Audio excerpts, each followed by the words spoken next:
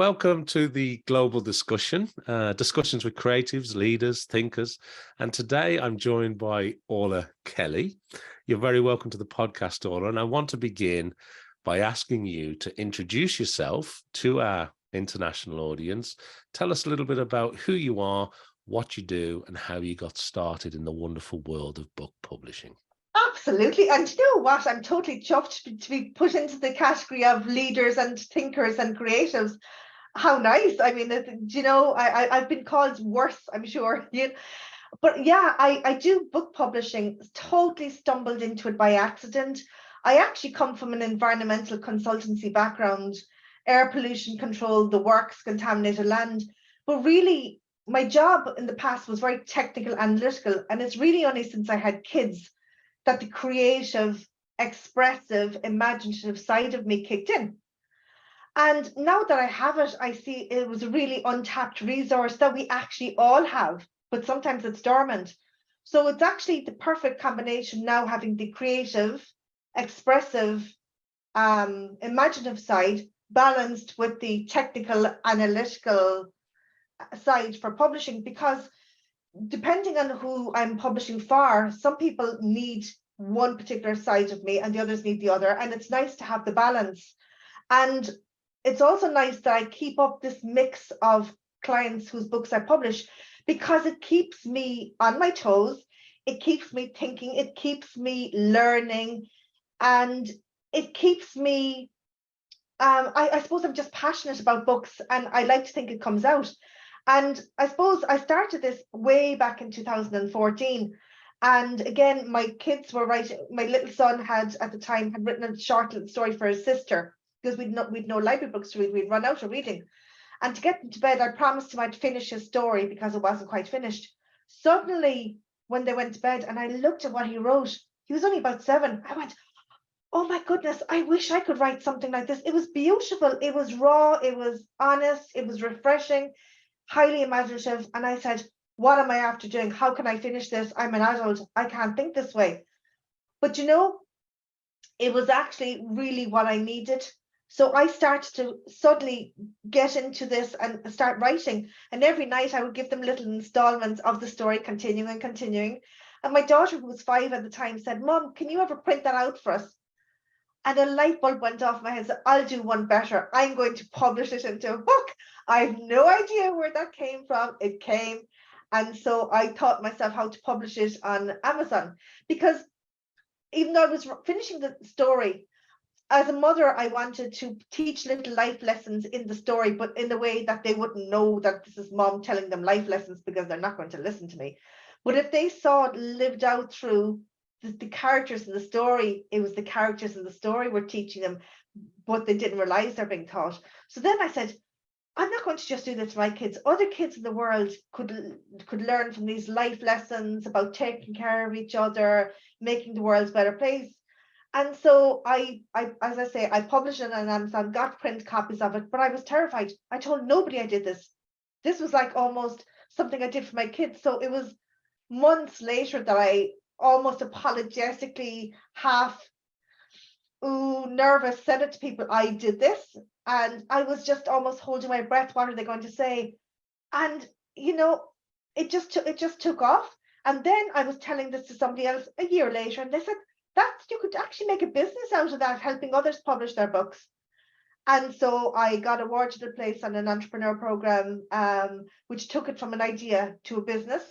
And it's grown since then through word of mouth, and now through, it's great. Like, even having my logo on the back of books, I never lose my sense of joy in seeing it, but not from an ego point of view, but from I help people get published and I get as much of a kick out of it. So that's my story.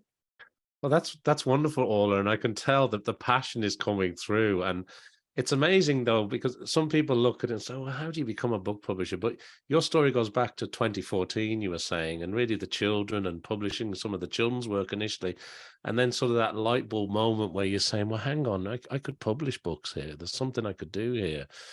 And it was a bit of a change from what you were doing at that time, of course. It totally, and I always say to people now, don't ever feel you're pigeonholed into a job you don't like, or it's not for you. us as humans can evolve the whole time and do a 360. We don't need to explain it to anyone. We don't need to justify. When you have a passion for something, you can turn it into a career. Absolutely. And I say to my son, he's in Leaving Cert now, I say to my daughter, if anyone can do this, you can do it. That's great advice. And so let's go from 2014. Let's bring it right up to date with book publishing, because I know you offer services now. So you offer writing services, you do the print, the design, ghostwriting, which is a term I think people may have heard of with maybe some famous people. They use ghostwriters because they don't have the time. And how does that work? Copywriting. And I know you do a bit of business training around this too, and consulting. So could you maybe share a bit more detail about those type of services, and how does that fit into your world of book publishing, Orla? Do you know, it just evolved over time. I like when I first started, I was doing, I suppose, the basics. But as I not only found my feet, but upskilled, and often it's being pushed to do these things because it's what you have to be responsive to what clients want and to a changing market the whole time. So you have to stay current, you have to stay up to date. Sometimes things that worked in the past don't work now. So I suppose one of the areas I love working with is authors who want to publish a book to grow their business. I'm a business owner, I work for myself. I'm very passionate about that. I think seeing in COVID the impact it had on businesses who suddenly found that their market was pulled from them. I was actually very busy in during COVID because people had the time to finish their books. And so I published so many books during COVID. I probably published close to 200 books in 30 different book categories, since I started. And I love it. But I suppose, yes, I have had to expand the services because some people, particularly business clients, they may say, oh, writing's not my forte, it's all in here. I don't really have the time. And I say, okay, let's do ghostwriting. And I would interview them, transcribe it, put it into format, go back. There's a bit of work involved. Others might say, I'd love to have my book on audio as an audiobook. Can you help me? And I go, yes. And I do that. I educated, I upskilled. Others might say, I would love to have my book in a hardback, but I only want so many copies because I want to give them to my clients or my family. And I do everything from, digital books, print books, audiobooks, everything. But everything is very much focused around the individual I'm working with, because to me, books should never be about ego and the author. Books are all experiential. They're all about the experience and making words come alive. No matter whether you like reading digital, just reading off your device, whether you like holding it in your hand, or whether you like listening to it, it's all about your reader and meeting their needs, their expectations, their wants. And if you do that, you have a captive audience.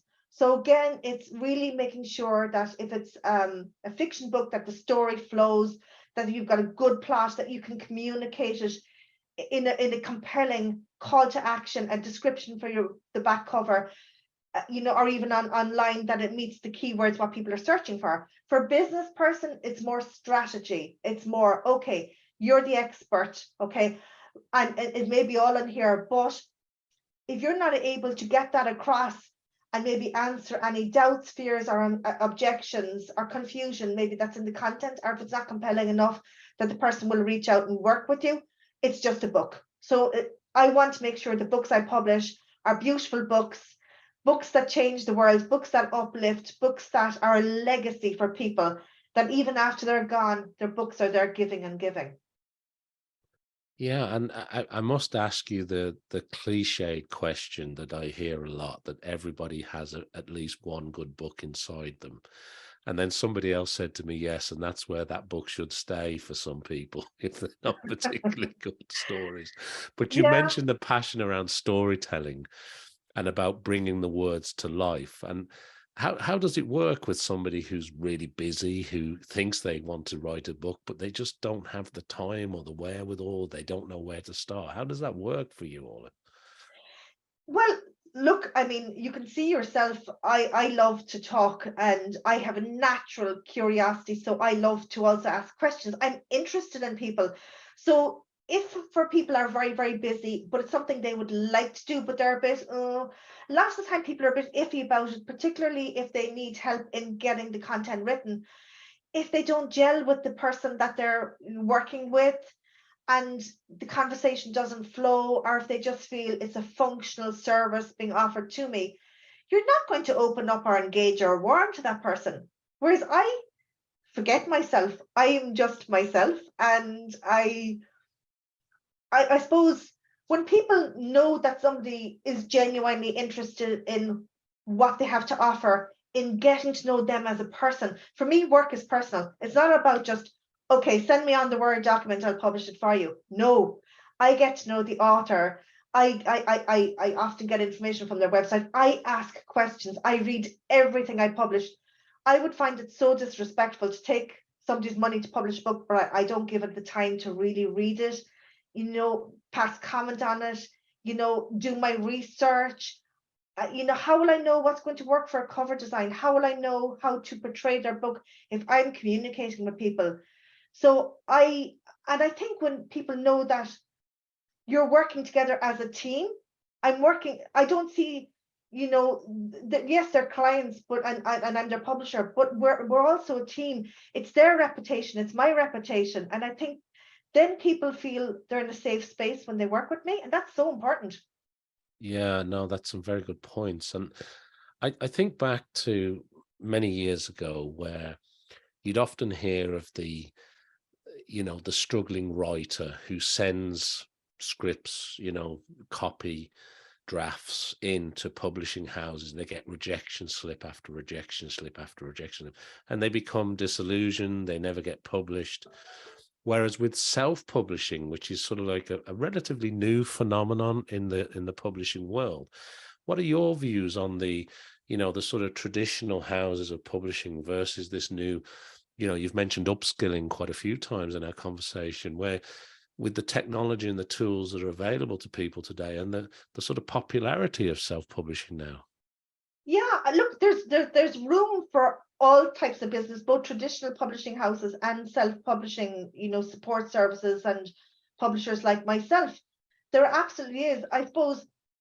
And there's so many great self-publishers and traditional publishers out there, but unfortunately there's also the con artists and the scammers, you know and that's why it also is a huge motivating influence in my life, because some people come to me and they've heard bad stories about different people who've gotten published and don't want it to happen to them, or maybe they feel that their last publishing experience was less than satisfactory, or they felt they weren't given the full picture, and they're just disappointed, and it is very disappointing. So I suppose what I do love is it's now more transparent, more than ever now, with online social media and search, who are the good guys and who aren't. So I always tell people, do your due diligence. If something seems too good to be true, it probably is. Don't be afraid to ask questions. Get everything in writing. Don't make a fast decision, even if you're told, oh, you need to act by a certain time, or because some people contact you is unsolicited contact, or they may have sales team on the phone to push it and they get commissions. And I just don't operate that way. People do contact me and say, I've been offered this, but I'm not sure. And I do help people out, because I just feel it's a privilege for me to be able to try to at least give an honest, balanced answer, and I never say, oh, don't do this or do this, because it's not my decision. But I at least, if I can help people see a different perspective, I feel I've done my job too. Yeah, thank you, Orla. You mentioned earlier that you were very busy during the pandemic, and you mentioned, I think you said around 200 titles over 30 different categories of books. Yeah. And the question that it sparked for me was, is the process different depending on the category that you're aiming for, or is the process of writing a book generic and then the category is just the category, or do you have to approach them differently from your perspective as a publisher? I do, and that's why it's really important that I know the type of book that somebody is writing or has finished, because your book has to look the part. Okay, some people might come to me and they say, oh, well, I want this of a title, or I want my cover to look like this. But if your book needs to look like it belongs on a bookshelf, or whether it's online, that it belongs in that category and it belongs with the other covers. If you think, oh, well, I'll make my book stand out by having this on the cover because it'll stand out for the wrong reasons. So I do have to be very honest with people. And I also have to say, well, I think this particular title would be far better for you in terms of discoverability and search, and it's more closer to what you want your book to achieve and deliver and who's to read it. But ultimately, I'm a self-publisher and I can advise, but ultimately, the client makes the decision at the end of the day. I don't always publish everything that comes my way for legal reasons. There could be books that, could be defamation, copyrighted, copyright content being used. Also, books that are maybe true stories, but if I feel they will have a negative impact on the person just because they want to bring it out, but it may have a really negative impact on them, on their family, and even on society as a whole. And it's not me on the high moral ground, but I do feel I have an onus and responsibility on me, and to actually do no harm. It's just part of my DNA. It's part of who I am. So some books I do turn down, because I have to live with myself and consequences of my actions as well. Yeah, and I think what's coming through loud and clear is I'm sure if I said to you, well, tell me about some of the books, that you could probably reel off all those 200 titles and tell Yeah, me about all the authors and I give can. me their life story, because Yeah, you obviously you're sort of immersed in yeah, that, and yeah. that sort of duty of care, that more human side of publishing, seems to be a very strong element of what you do in your publishing company. It is, and it's probably how my business has grown, because it's Yeah. testimonials and word of mouth, and there's a trust factor. Even, for example, my solicitor had, and this is such a nice story, an elderly client of hers. He's 82 now, thankfully still alive, lived by himself, uh, like in a vulnerable position. And he had, for 82 years, he carried around a dream in his head that he wanted to have his books of poetry published. And it's only he said it to her, and she felt she could trust me. And so I went to his house, got everything, got his little books published. And just seeing the joy on his face, it was an 82-year dream for him. And just helping have that come true, it just meant the world for him that he was able to give it out to his family. He wasn't doing it for fame and fortune. It was just he wanted to have it other than on his notes. And now he's got two little books of poetry and prose that he's done, and I just helped him. And that to me is one of my compelling why I do what I do. Yeah, and it's a legacy. I mean, it's fantastic. Yeah, it's a wonderful story. Thank you for sharing that. Now, obviously, being a publisher, um, you're going to love a lot of the books that you've published yourself. But I also wanted to add, and you can mention those, it's fine. But I also wanted to ask you about when you do get the time to read books, is there any particular titles, any particular categories, or what interests you as a publisher? What do you love to read? Do you know what I love the most is, the way we all have favorite types of books, but being a publisher, often I'm the first person after the author to read their content. And this is just such a privileged position. But what's great is it makes me read books I probably would never read otherwise, in terms of categories of books.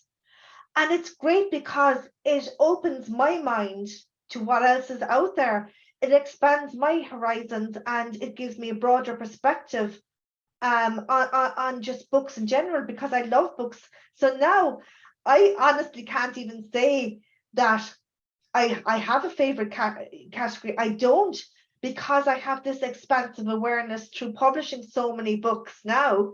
It's brilliant. I feel so lucky and so excited. And sometimes even when I'm talking to people and I don't even know, often it's at a stage where it's an initial consultation, they're talking about their book, I'm crossing my fingers because I'm saying, "Ooh, that book sounds really nice. I'd love to read that." But I can't unless they choose me to be their pub. Now I know I could buy it, but it's so nice then when they go, "Yeah, I want to work with you," and I'm going, "Oh yes, I will get to read this book before anyone else." And it's brilliant. I have lots of books now starting with clients in January, and it's brilliant. I'm really, really looking forward to reading them. So thankfully, I don't have a favorite, because then it allows me to keep my mind really open and expansive. That's a great answer. And I wanted to ask you as well, just about people maybe that have been helpful to you in your publishing career so far, or people that you might admire or that inspire you. Is there anybody that springs to mind? Do you know what? It's oh, I one of the first people, believe it. It's so funny. When I'm starting off, it was the kindness of strangers when I had no money to do stuff, and maybe I was doing a little book launch. And I remember one local provider in Cork actually gave me little gift bags to put the books into, no charge whatsoever. I had a legal firm in Cork do up my contracts, documents, no charge. I was given by somebody else, draft ones, but they had to be changed. But they saw something in me and they didn't charge me. I had no money starting off. And then I remember even Samantha Kelly tweeting Goddess. I remember I was trying to learn Twitter and I put out a tweet. I had no idea what I was doing. I remember she tweeted out, "Oh my God, this person has thousands and thousands of followers." And I went, she saw me. Because you feel invisible starting off, you're insecure, you're vulnerable, you've no idea really what you're doing, you're finding your feet. And I just feel that I've never forgotten that. Other people then have helped me along the way, by sharing books I've published, sharing, "Oh, you need to contact Orla." Some of these people I don't know about or I've never met, and I'm just so thankful. And that's why I always feel all of us, we all need to pay it forward, because we never know the little trail of breadcrumbs we leave behind, how we touch other people's lives. And no matter how small or insignificant, it's not small and insignificant to someone else. That's wonderful. And what about advice then? So, is there any advice that you've been given that you've really benefited from, or is there any advice you'd like to share with our audience today? I think don't be afraid to show that you're a human being, because we're not robots. And I think, you could say, "Oh yeah, you're a business owner, you have to do this." Yes, you do, but I think people buy from people. It's the person. Like, there's lots of publishers that people could go to get their book done and have perform a function and a service, but it's the journey of getting from unpublished to published. You want it to be a positive experience for somebody.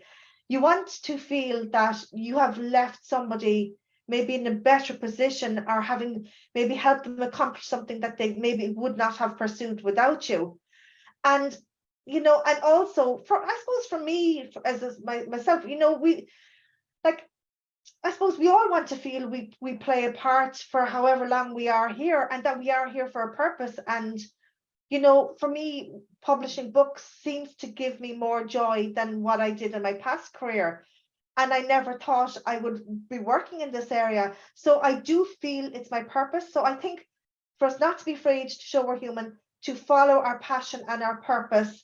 And that's not cheesy or just, I do genuinely feel it, because I think people, even on Zoom, even the people you don't meet in person, will pick that up. Even people thousands of miles away that I work with pick up something from my voice, and pick up something from how I show up, how I communicate, how I express myself. And I think we never need to be afraid of what, if we express ourselves open, honest, transparent, authentic, we're never going to go wrong in life. I completely agree, and I think it's obvious, obviously, to anybody watching or listening to this episode, that there's definitely a passion, there's a human interest, and there's a genuineness that's coming through, and it's wonderful. Thank you. Is there anything that we haven't touched on, Orla, from the Orla Kelly publishing world, or anything else that you'd like to share with our audience before we start to wrap up this episode today? Oh, well, I mean, look, I would love to share every single one of my clients' books, because they're all so fantastic. And it's a pity there's one or two of them I don't have that I just recently published. Maybe I might just show a few that I have just recently, as I'm just done. This one is brilliant. It's an award-winning book, always. Louise MacDonald, 2023 Social Media Planner. Again, it's been a bestseller the last few years, but this is a brilliant book for any strategy. You'll never be stuck for content again on social media. Again, wisdom of well-being, human interest stories from the heart. Okay. This is a feel-good book, a brilliant stocking filler. It'll touch your heart, it'll touch your mind. Catherine Mernon, an amazing lady. Then Stone's Corner, Turmoil, Jane Buckley. I am doing her 4 books. These are 2. The 3rd one has just come out. Set in the north of Ireland during the struggles. Very balanced book between, on both sides. And again, it's a book that I think it's a very compelling story. It's probably something everybody should read. And I've just bought out her 3rd book, Light, which is fabulous. And then we'll have a 4th book, Hope, next year. And I have another author I'm going to meet in about probably half an hour. The Girl with Special Needs, actually a fantastic book, based, even though it's a work of fiction fantasy, but it's based on her daughter who has special needs. And one day she was in despair and just imagined that maybe what if her daughter who was sitting in the chair was actually living a different life in a different parallel universe. And she got out of despair herself and into a feeling of like what we see on the surface may not always be what actually is transpiring. And it's a story of hope and courage and family and struggles and humanity and what it means to be human. And that's The Girl with Special Needs. Really unusual title, gorgeous cover, again online in some bookstores. I love working with the authors. I love the books, and they're just some of the books I've published probably in the last 2 weeks, 3 weeks. So that's incredible. It's incredible, Orla, and thank you for sharing those, because the diversity is the thing that struck me in terms of the different type of book that they are. I mean, that's incredible. And thank you very much indeed for sharing that. I suppose the last thing I want to say to you is, if people have enjoyed listening today and want to get in touch with you because they need a little bit of help with a book and getting it published, where can people find you, Orla? Absolutely. I suppose my website is probably the best place, orlakellypublishing.com. But I'm on LinkedIn. I'm a little bit on Facebook and Twitter as well. But through my website is probably the best point to contact, because you'll get a flavor for my testimonials. There's a little video of me talking at the, on the homepage. You get to see some of the books I publish, and you also get to see my services.